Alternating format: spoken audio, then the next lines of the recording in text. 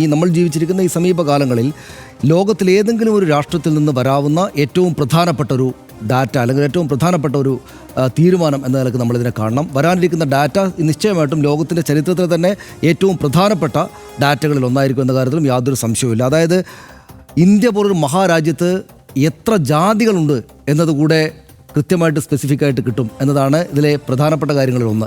ഓരോ ജാതിയിലും എത്ര വീതം മനുഷ്യരുണ്ട് എന്നതാണ് പ്രധാനമായിട്ടും പരിശോധിക്കുന്നതെങ്കിലും ഇന്ത്യ എന്ന് പറയുന്ന ഈ ജാതി എന്ന സംവിധാനമുള്ള ഏക രാജ്യത്തെ, ആ അർത്ഥത്തിൽ ഈ സംവിധാനമുള്ള ഏക രാജ്യത്തെ, എന്നാൽ വലിയൊരു രാജ്യത്തെ എത്രമാത്രം ജാതികളുണ്ട്, മനുഷ്യർ എത്രക്ക് ജാതികളായി പിരിഞ്ഞിട്ടും ഉപജാതികളായിട്ട് പിരിഞ്ഞിട്ടുമാണ് ജീവിക്കുന്നത് എന്നടക്കമുള്ള അങ്ങേയറ്റം സുപ്രധാനമായിട്ടുള്ള നിർണായകമായ കണക്കുകളാണ് നമ്മുടെ മുന്നിലേക്ക് വരാൻ പോകുന്ന പ്രഖ്യാപനത്തോടെ. അത് ഒരുപക്ഷെ എത്രമാത്രം വൈകുമെന്ന് നമുക്കറിയില്ല, പക്ഷേ അത്രക്ക് നിർണായകമാണ്. അതുകൊണ്ട് അതിൻ്റെ പ്രാധാന്യത്തെക്കുറിച്ച് പറയേണ്ടതില്ല. ബാക്കി ഡീറ്റെയിൽസ് കൃത്യമായിട്ടാണ് ഡാറ്റക്കകത്തെല്ലാം, നമ്മുടെ ഡാറ്റാ ഷീറ്റിനകത്തെല്ലാം വന്നിരിക്കുന്നത്. ഇതിനകത്ത് ആദ്യം തന്നെ പറയാനുള്ളത് കോൺഗ്രസിൻ്റെ ഒരു രാഷ്ട്രീയ വിജയം എന്ന് തന്നെ ഇതിനെ വേണമെങ്കിൽ കാണാം. അതായത് കഴിഞ്ഞ 5-10 വർഷമായിട്ട് BJP രാഷ്ട്രീയം രാജ്യമാകപ്പാടെ സ്വാധീനം ചെലുത്തി നിർത്തിയിരിക്കുന്ന സാഹചര്യത്തിൽ കോൺഗ്രസ് നേടുന്നൊരു നിർണായകമായ വിജയം എന്ന് തന്നെ ഇതിനെ കാണേണ്ടതായിട്ട് വരും. ആദ്യഘട്ടത്തിൽ ഹർഷൻ നേരത്തെ പറഞ്ഞതുപോലെ ആദ്യഘട്ടത്തിൽ ഇതിനെ എല്ലാ കാലത്തും എതിർത്തുകൊണ്ടിരുന്ന BJPക്ക് ഇതിലേക്ക് വരേണ്ടി വന്നത് നിശ്ചയമായിട്ടും കോൺഗ്രസിൻ്റെ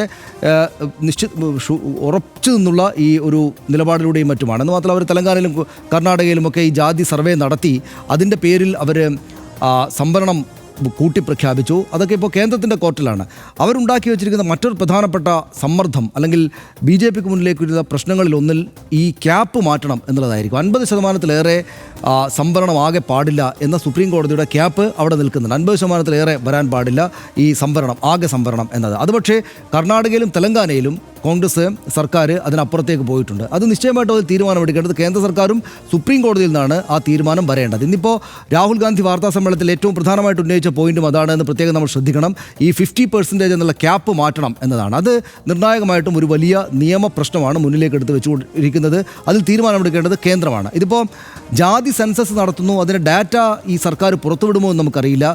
ഈ ഡാറ്റക്കനുസരിച്ചിട്ട് ജോലിയിലും വിദ്യാഭ്യാസത്തിലും സംവരണം കൊടുക്കണം ഓരോ ജാതിക്കും എന്ന് കോൺഗ്രസും മറ്റും പറയുമ്പോൾ അതിനനുസരിച്ച് ആ കാര്യങ്ങൾ ചെയ്യാനാകുമോ എന്നങ്ങനെ വലിയ ഒരു പണ്ടോറാസ് ബോക്സ് തുറക്കുന്നത് പോലുള്ള വലിയ വെല്ലുവിളിയാണ് കേന്ദ്ര സർക്കാരിൻ്റെ BJPക്ക് മുന്നിലുള്ളത്. ഇപ്പോൾ ഉദാഹരണത്തിന് ഈ പല സ്ഥലങ്ങളിലും OBC അതിദരിദ്രരാണ് ഏറ്റവും കൂടുതലെന്ന് പറഞ്ഞ് കോൺഗ്രസ് മുന്നോട്ട് പോകുമ്പോൾ അല്ല മറ്റു പാർട്ടികൾ മുന്നോട്ട് പോകുമ്പോൾ നിശ്ചയമായിട്ടും ഇതുവരെയുള്ള സംവരണ സംവിധാനങ്ങൾ മാറ്റിയിട്ട് ഈ 50% ക്യാപ്പ് പോലും മാറ്റിയിട്ട് അവർക്ക് ജോലിയിൽ സംവരണവും വിദ്യാഭ്യാസ സംവരണവും നൽകണം എന്ന ആവശ്യം വരുമ്പോൾ ഈ മേൽജാതികൾ എന്ന് നമ്മുടെ നാട്ടിൽ അറിയപ്പെടുന്ന ജാതികൾ നിശ്ചയമായിട്ടും ഇളകും. കേരളത്തിലടക്കം എല്ലായിടത്തും നിശ്ചിതമായിട്ടും ഇളകും. വലിയ പ്രശ്നത്തിലേക്ക്, പ്രതിഷേധത്തിലേക്ക് കാര്യങ്ങൾ പോകും.